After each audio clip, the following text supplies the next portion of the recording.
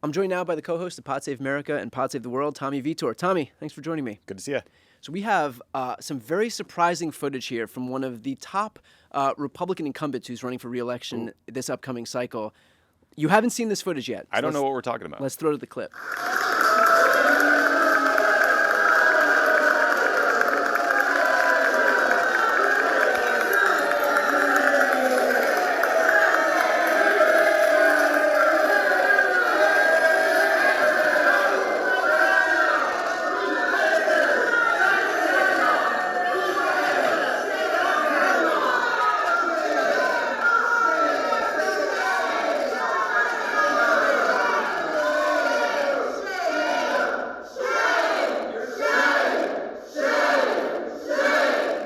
So I love how he steps in and instead just quells the booing and incites chants of shame. She's go back to the booing, go back to the booing. I love a good shame, shame, shame. Yeah. It's like Game of Thrones. We had the classic shame, shame. Oh, yeah. The bell, maybe. I'm curious what you think of here because, look, we can see this stuff and it's obviously promising because this is one of our few offensive opportunities, the other being, Iowa, which just had a great result in a special election yesterday. And of course, there are a few other states that we could look to. North Carolina, and, maybe even in some, depending on how the environment looks, Texas. Yep. But Susan Collins has been able to weather quite a few storms. And even in other election cycles where Democrats were heavily favored, I believe it was 2018 where Sarah Gideon ran against Susan Collins. Is that correct? Yeah, a lot of money. All the polling showed that Sarah Gideon was going to beat her by like 10 points. And of course, she came out of it. And so how are you thinking about a moment like this where we're starting to see a real big uprising against Susan Collins, but also keeping in mind kind of the historical trends of Maine? Yeah, look, Susan Collins, she has surprised us over and over again with both how naive she can sound in the face of Donald Trump's authoritarian tendencies, but also the fact that she just keeps winning. And so it's good to see a bunch of super energized, pissed off Democrats showing up at her events. I think this will probably influence her thinking. It'll make her nervous about going out in public and doing events and doing town halls. Not that I want her scared, but I want her to worry politically about having a terrible news cycle like that. So that gives me some hope. That makes me a little more excited. I don't know. How are you feeling? We got a good candidate.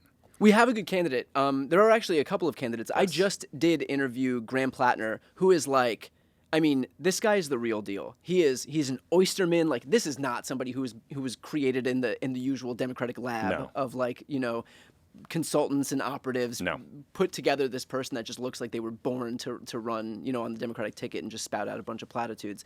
But this guy is the real deal, economic populist. He is works with Trump supporters. He's doing military veteran.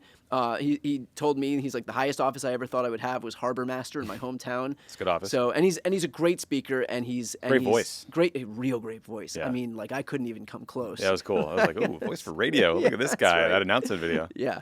So there, that part I actually feel really good about. Now we'll just see what the composition of the electorate looks like in Maine. Again, we've been here before. Right now, the national environment looks very much like it did in 2017, where we're seeing overperformances by Democrats at about 10, 11, 12 points from where they were, in the norm. So if we see something similar to what we saw in 2018, in 2026, that could mean we take the House by 40 seats. I mean, we took 41 seats in 2018, but these seats are going to be especially important. Being able to flip these Senate seats and actually have the opportunity to win back the Senate in what is, by the way, a pretty dismal Senate map will be really important. Really, really, really important. Yeah, I mean, there's a few factors at play that I think about. One, Trump's approval is in a very bad place right now. He is extremely unpopular. Hopefully he will continue to get more unpopular. That is good for Democrats. But if you look at polling about the Democratic Party brand, we're not doing great.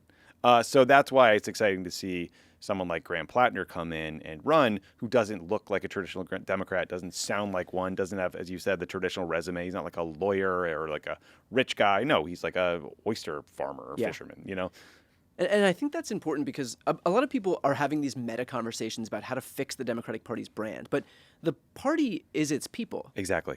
And Exactly. so the way to fix it is not to just is not to like make these inauthentic moves and like I said this the other day, but now I'm going to start talking like this and I'll wear No. like a backwards hat. Right, we're not going to tweak a couple dials over at the DNC Correct. like room that controls the party. No, it is exactly what you said. It is the people who are running, the candidates who represent us. And so if we have people like Graham, like a lot of the candidates that we're seeing across the country run and win, that fixes the brand problem because the brand is a reflection of the people in the party. Exactly. To that point, I do want to talk about some news that came out of Axios. I believe it was Alex Thompson who reported that Democrats are considering doing a mid-cycle DNC. Mm-hmm. And so I'm curious what your thoughts are on that. So I read that story too. I read it almost immediately after I read another Axios story about a big intra-Democratic Party fight over Gaza at the DNC, the current DNC meeting, and it made me worry about the prospect of having another mass gathering where Democrats decide not to acknowledge it at all. Right, and look, you know where I am on all these questions of whether Democrats should be cutting off military assistance to Israel. Very much so, I support that. But my concern is more like if you get a bunch of Democrats together in a room, can we all agree upon a set of policies or at least messages to deliver? And so, like, that's kind of table stakes for doing something like a mini convention in an off year like this. Now, Donald Trump blots out the sun. Every day he wakes up and he truth social something, or he has an event or a 4-hour cabinet meeting, and he dominates the news cycle like no one I've ever seen in my life, no one I've ever seen in politics. And so Democrats, we need to be creative and think of new ways to grab attention back, get our message out, showcase people and candidates within the party, and talk about what we are and what we stand for. Maybe this gives us that opportunity. So I don't want to like poo-poo new ideas or creative ideas, but I'm sort of two minds about it. Yeah, I know that you and I have spoken about this on a video that we did for Pod Save America's YouTube channel. So if anybody who's watching this right now is not yet subscribed to Pod Save America's YouTube channel, go ahead and subscribe. I'm going to put the link on the screen and also in the post description of this video. Great way to support independent media more broadly. But you and I were talking about this, and on one hand, it is good to have opportunities where if we have a mini DNC, then that means that at least for a few days, Democrats get to dictate the narrative. They get to drive the news cycle just because that's where all of the, like when you're handed a stage, it's hard not to garner attention as the result of it. But then there is some concern as well on the flip side of that is it does feel very top heavy, and it feels, and the energy in the party right now is not at the top, it's at the bottom. It's at the grassroots level. And I think having an event where it feels like, it's literally the DNC. So having an event where things are dictated by, the folks at the top and the leadership at a time where there's a lot of distrust and disgust, aimed at those people, and a lot of hope aimed at the people who are in the grassroots and who are running for these offices right now. And I do hope that we see something of a Democratic Tea Party as we head toward 2026. Doing this right now feels a little bit like we're heaping attention onto the wrong folks.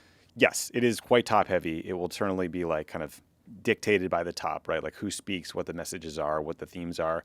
And it's also literally staged. This is an event on a stage with production and, and it kind of like, I don't know, a bit of it harkens back to a bygone era when, conventions were all about giving something to the 3 networks and, getting all these people to watch. Well, let me ask you, because we see a lot of these like Turning Point USA conferences and CPAC, and those still have legs. And so how do you differentiate those? Well, yeah, look, I think that Turning Point USA and CPAC have been unbelievably effective because they are gathering places and organizational tools for organizations that are not the party. Like they are doing their own specific missions. Like CPAC was this inexorable pull of the Republican Party as far right as humanly possible until it's the craziest people, in the party who are now in charge in the White House.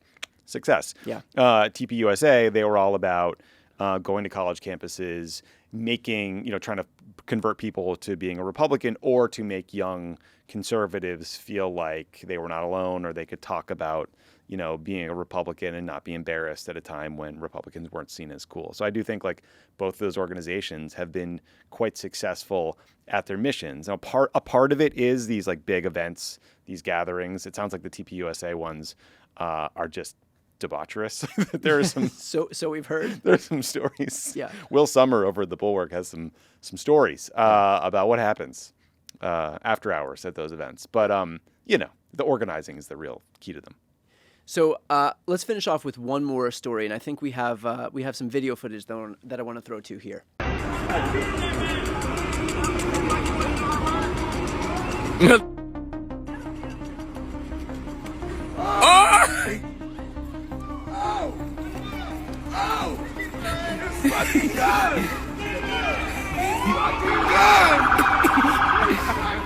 slowest foot chase in living memory. It makes me laugh every time I see it. Well, the update here is that even in courtrooms where they say that prosecutors could even a grand jury would indict a ham sandwich, they weren't able to indict this guy at the hands of Not a Jeanine foot Pirro. long. So I'm curious what your reaction to this story more broadly is, given the fact that Trump really has a vested interest in trying to pick people out and make examples out of them.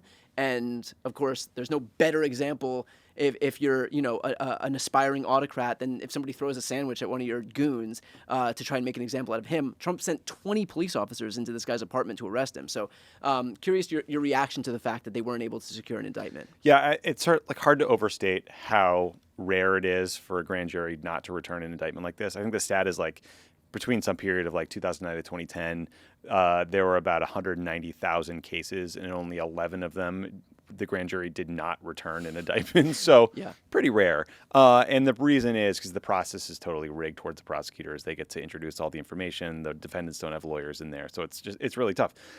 What it tells me is that the D.C. residents who are part of this grand jury are pissed. They are ripshit pissed at Donald Trump at this military occupation of their city, and they said, "Fuck you! No, I'm not. We're not going to do your bidding. We're not going to indict this person." You put Jeanine Pirro in charge. She's the U.S. attorney for Washington D.C. Do you know how insulting that is? Yeah. This drunk wine mom from Fox News. No, we're absolutely not returning an indictment for her. So I love it. It's a little quiet act of resistance. That's it. One might even say he's a hero. Get it? It's a sandwich pun. With that said. I wish I could do your cricket noise. I'll do it for myself. So good. With that said, of course, again, for anybody who is not yet subscribed to Pod Save America's YouTube channel, I'm going to put the link right here on the screen and also in the post description of this video. Help support independent media, help grow the Crooked Team's voices and their reach so that when people come on to YouTube, for example, they're not automatically sorted into right-wing content. So again, that link is on the screen and also in the post description. Tommy, appreciate your time. Thanks for having me.